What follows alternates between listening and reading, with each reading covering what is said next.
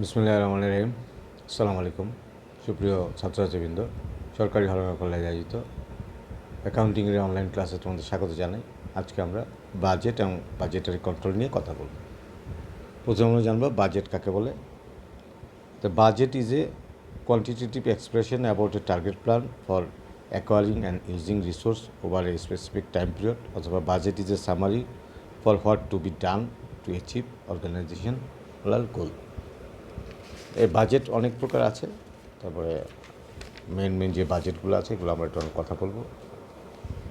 প্রথম হচ্ছে যে আমাদের বাজেটের মধ্যে ফার্স্টে যেটা আসে সেটা হচ্ছে টাইপস অফ বাজেটটা আমাদের জানতে চাই।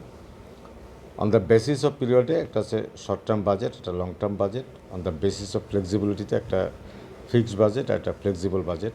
অন দ্য বেসিস অফ কন্ডিশনে এটা হচ্ছে বেসিক বাজেট আর হচ্ছে current budget. On the basis of ফাংশনে একটা হচ্ছে ফাংশন বাজেট আর হচ্ছে master budget. On the basis of মডার্নাইজেশনে একটা হচ্ছে কম্পিউটার বাজেট, একটা কাইজেন বাজেট, একটা জিরো বেসড বাজেট আর কি। আমাদের যেই বাজেট বলতে হবে আমাদের সেই বাজেটের দিকে আগাইতে হবে। যেমন প্রথমে আমরা যদি মাস্টার বাজেট বুঝি, মাস্টার বাজেটে আমাদের অপারেটিং বাজেটগুলো থাকবে: sales budget, purchase budget, operating expense budget, budgeted income statement. আর ফিনান্সিয়াল বাজেটে থাকবে ক্যাপিটাল বাজেট, ক্যাশ বাজেট, বাজেটের ব্যালেন্স শিট, এগুলো আমাদের থাকবে আর কি।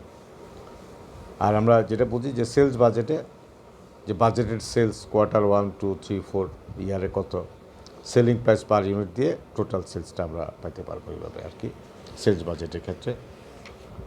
আর আমরা যদি প্রোডাকশন বাজেট যেতে চাই সেটা হবে ডিজায়ার্ড সেলস ইউনিট আমাদের লাগবে, এন্ডিং ইনভেন্টরি ইউনিটে লাগবে, তাহলে টোটাল নিডসটা আমার জানা থাকবে। তারপরে বিগিনিং ইনভেন্টরি ইউনিটটা আমি বাদ দিব, তাহলে আমরা কী করবো, সেক্ষেত্রে আমার রিকোয়ার্ড প্রোডাকশনটা আমি পাইতে পারবো। আর পারচেজ বাজেট যেটা আছে সেটা কোয়ার্টার 1, 2, 3, 4 ইয়ারে রিকোয়ার্ড প্রোডাকশন ইউনিট কত, ম্যাটেরিয়াল নিডেড ইউনিট কত, ম্যাটেরিয়াল ইউজ ফর প্রোডাকশনে কত, ডিজায়ার্ড এন্ডিং ইনভেন্টরি কত, তাহলে টোটাল নিডস অফ নিউ র মেটেরিয়াল আমরা জানবো। ওপেনিং র মেটেরিয়ালটা বাদ দিব, তাহলে এই র মেটেরিয়াল টু বি পারচেসটা আমরা কী করতে পারবো, জানতে পারবো আর কি। আর ডাইরেক্ট লেবার বাজেটে একই ঘটনা, যে এখানে রিকোয়ার্ড প্রোডাকশন ইউনিট কত, ডাইরেক্ট লেবার কত, পার ইউনিট কত, তো টোটালটা আমি পাবো। Total direct labour hour unit কত পাবো, আর লেবার কস্ট পার আওয়ার আমি জানলে আমি টোটাল ডাইরেক্ট কস্ট লেবার কস্টটা আমরা কী করতে পারবো, জানতে পারবো আর কি। আর সেলিং অ্যান্ড অ্যাডমিনিস্ট্রেটিভ বাজেটও একই ঘটনা, যে টার্গেট সেলস ইউনিট কত, ভেরিয়েবল সেলিং কত করে per unit, variable selling and administrative এক্সপেন্সটা যোগ করব, ফিক্সডটা যোগ করব, টোটাল সেলিংটা পাবো, তাহলে ডেপ্রিসিয়েশন এক্সপেন্স যোগ করব, তাহলে আমরা cash disbursement for selling and ডিস্ট্রিবিউশনটা আমরা জানতে পারবো আর কি। আর ক্যাশ বাজেটের ক্ষেত্রে একই ঘটনা, যে এখানে 4টা কোয়ার্টারে আর টোটালে কত হবে, ক্যাশ ব্যালেন্স ওপেনিংয়ের সাথে আমরা রিসিভগুলো যোগ করব, সেটা cash sales, collection for an account receivable, তাহলে total cash available for before financing হবে। আর ডিসবার্সমেন্টে থাকবে cash purchase, paid to accounts payable, wages paid, manufacturing overhead, selling and administrative overhead, tax paid, equipment purchase, এবং total distribution পাবো। আর surplus পাবো হলো এ থেকে বি, মানে অর্থাৎ রিসিপ্ট থেকে পেমেন্টটা বাদ দিলে আমি সারপ্লাসটা পাবো। আর তার সাথে ফিনান্সিটা করবো, বড় করতে করবো ডিভিডেন্ড পেডটা, interest paid, loan paid, total financing আমি পেয়ে গেলাম। তারপর ক্যাশ ব্যালেন্স হবে, সিআরডি যোগ করলে কী হবে, এটা আমার ক্যাশ বাজেটের ফলাফল চলে আসবে। এবার আমরা কী করতে পারবো, ক্যাশ বাজেট করতে পারবো।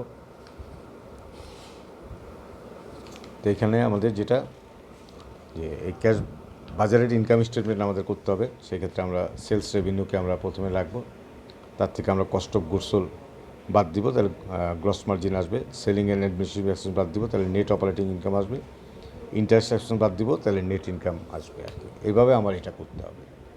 তাহলে এটা গেল যে এটার একটা অংশ, যেখানে বিভিন্ন প্রকার বাজেট করতে হবে। আর একটা ক্যাপিটাল বাজেটিং টেকনিক আছে, তো সেই টেকনিকের মধ্যে 2 প্রকার টেকনিক আছে। একটা হচ্ছে নন ডিসকাউন্টেড ক্যাশ ফ্লো মডেল, আর একটা হচ্ছে ডিসকাউন্টেড ক্যাশ ফ্লো মডেল। নন ডিসকাউন্টেড ক্যাশ ফ্লো মডেল আবার 2 প্রকার আছে। একটা আছে পেব্যাক পিরিয়ড মেথড, সেখানে আছে payback period, payback reciprocal, discount payback period, bail out payback period, surplus period, আর surplus cash or payback profitability. এটা হলো পেব্যাক পিরিয়ড। আর 2 নাম্বার আছে simple rate of return method, যেটাকে বলে accounting or average rate of return. আর এটা হচ্ছে rate of return on organizational investment বা ROI। আর ডিসকাউন্টেডে আছে, এটা তিনটা আছে মেনলি। এটা হচ্ছে প্রেজেন্ট ভ্যালু মেথড, আর এটা হচ্ছে রেট অফ রিটার্ন, আর এটা হচ্ছে machinery allied production institute method. And present value মেথডে আবার আছে তিনটা, একটা আছে নেট প্রেজেন্ট ভ্যালু, একটা প্রফিটেবিলিটি ইন্ডেক্স, আর একটা হচ্ছে নেট প্রফিটেবিলিটি ইন্ডেক্স। আর রেট অফ রিটার্নে আছে তিনটা, একটা আছে ইন্টারনাল রেট অফ রিটার্ন বা আইআরআর, একটা মাল্টিপল রেট অফ রিটার্ন বা এমআইআরআর, আর একটা মডিফাইড রেট অফ রিটার্ন, এটা হচ্ছে এমআইআরআর, আর এটা হচ্ছে আগে বলছি মেশিনারি প্রোডাক্টস ইনস্টিটিউট মেথড। তাহলে এই যে মেথডগুলো, এই মেথডগুলো আমাদের লাগবে। যেমন পেব্যাক পিরিয়ডে আমার ফর্মুলা হচ্ছে পেব্যাক পিরিয়ড সমান initial investment or NCO divide by annual cash flows after tax, এটা ইয়ারের রেজাল্ট আসবে। আর ডিসকাউন্টিং যদি হয় আর কি, সেটার জন্য ফর্মুলা যেটা লাগবে, পিবিপি ডিসকাউন্টিং হলে A plus NCO minus C divide by D.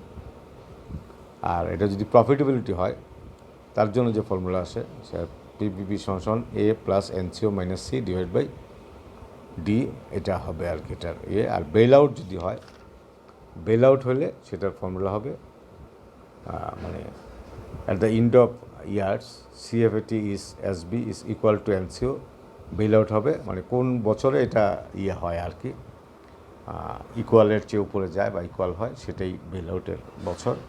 Ensure সমান যেটা হবে সেটাই কি বেল আউটের বছর।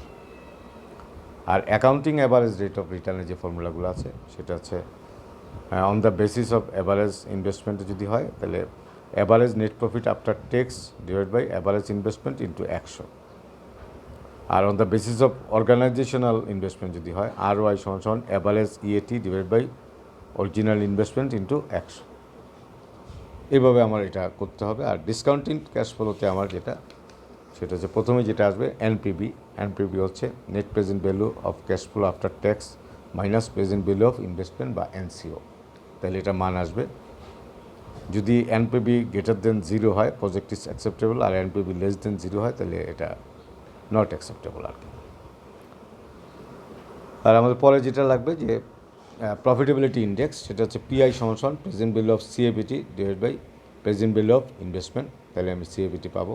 এটা if PI greater than 1 the project is acceptable, if PI less than 1 project is not acceptable. আর ইন্টারনাল রেট অফ রিটার্ন যেটা আমাদের লাগবে সেটা হচ্ছে, এটার ফর্মুলা হচ্ছে এই ইন্টারনাল রেট অফ রিটার্ন সমান A plus C divide by C minus D into B minus A. এই সূত্র দিয়ে আমার কী করতে হবে, আমার ইন্টারনাল রেট অফ রিটার্ন করতে হবে। আর মডিফাইড আইআরআর বা যদি হয়, তার জন্য আমাদের রেট অফ পয়েন্ট আছে একটা মার্জিনাল এমএপিআইএ, সেটা হবে D plus C minus B minus E divide by A into 100। এখানে ডি হচ্ছে next year income from new machine, C হচ্ছে salvage value of machine for next year, B হচ্ছে price reduce of new machine for next year, আর E হচ্ছে extended income tax, আর A হচ্ছে additional investment. তাহলে এই যে ফর্মুলাগুলো, এগুলো আগে কী করে নিতে হবে, শিখে নিতে হবে। শিখে নেওয়ার পরে আমার কী করতে হবে, অঙ্কতে যেতে হবে আর কি। তাই আমার এখানে দুই প্রকারের অঙ্কই আসবে। যেমন আমার কখনো বাজেট তৈরি করতে বলবে, কখনো বাজেটের ইনকাম স্টেটমেন্ট তৈরি করতে বলবে, যেভাবে বলে ওইভাবে আমার কী করতে হবে, প্রসিড করতে হবে। আর কখনো টেকনিকগুলো নিয়ে প্রশ্ন হবে, তখন আমার কী করতে হবে, টেকনিক নিয়ে প্রশ্ন করতে হবে। যেমন আমরা কিছু প্রশ্নের কথা ধরি, যেমন আমাদের 2014 সালে ন্যাশনাল ইউনিভার্সিটিতে যে অঙ্কটা আসছে সেখানে ছিল যে Diya enterprise is considering a new product line, the details of the investment proposal are as follows. Initial cash outlay আছে 1 লাখ টাকা, অ্যাকসেপ্টেড 5 ইয়ার্স, স্কেপ ভ্যালু আছে 10,000, ওয়ার্কিং ক্যাপিটাল আছে 20,000, আর ক্যাশ ইনফ্লোটা দেওয়া আছে 1 বছরে, প্রথম বছরে 25, পরের বছর 30, 32, 15, 40 এভাবে আসবে। আর বলছে যে the project cost is capital 10% আর ট্যাক্স রেট হলো 45%, depreciation will be straight line basis, you are required to calculate বলছে, পেব্যাক পিরিয়ড বলছে, অ্যাভারেজ রেট অফ রিটার্ন বের করতে বলছে। তাহলে আমার ইয়ারগুলো আমি রাখবো। এই যে সিএফএটি, আমি depreciation, EBIT, tax, EAT, CFAT, cumulative CFAT করে আমি যাব আর কি। তো সেখানে আমি ডেপ্রিসিয়েশন আমি বাইর করে নিচ্ছি আগেই 18,000 টাকা পার ইউনিট। আমি পিবিবির ফর্মুলা হচ্ছে A plus NCO minus C divide by D. এনে ইনিশিয়াল ক্যাশ আউটলে হচ্ছে 1 লাখ, আর ওয়ার্কিং ক্যাপিটাল হচ্ছে 20, তাহলে এনসিও টোটাল আউট এনসি হচ্ছে 1,20,000। তাহলে এনসিও আমি 1,20,000 বসাইলাম। সি হচ্ছে 1,18,600 টাকা আসছে কিউমুলেটিভ যেটা, আর ডি হচ্ছে 30,000, সেটা আমি বসাইলাম। বসায় 5.04 ইয়ার আসছে এটার উত্তর পেব্যাক পিরিয়ড। আর এআরআর বাইর করতে গেলে আমাকে যেটা লাগবে যে average EAT divide by average investment into 100, এটা মান বার করে 7.653 আসছে। অর্থাৎ এখানে আমাকে যেটা চাবে তারই মান কী করতে হবে, বাইর করতে হবে। তো দুই প্রকারের প্রশ্ন এনে হইতে পারে, যে এটা কোনো বাজেট তৈরি করতে বলবে, কোনো কি টেকনিকগুলো প্রয়োগ করতে বলবে। তো যেটা আমাকে বলে সেটা কী করতে হবে, আমার তৈরি করতে হবে। তাই এইভাবে আমি কি করব, বাজেটিং টেকনিকগুলো এবং বাজেটারি কন্ট্রোল এটা আমি প্রয়োগ করব। এই ছিল আজকের আলোচনা। আশা করি সবাই বুঝতে পেরেছ। পরবর্তী আলোচনা দেখা আমন্ত্রণ জানিয়ে এখানেই শেষ করছি। সবাই ভালো থাকো। আসসালামু আলাইকুম।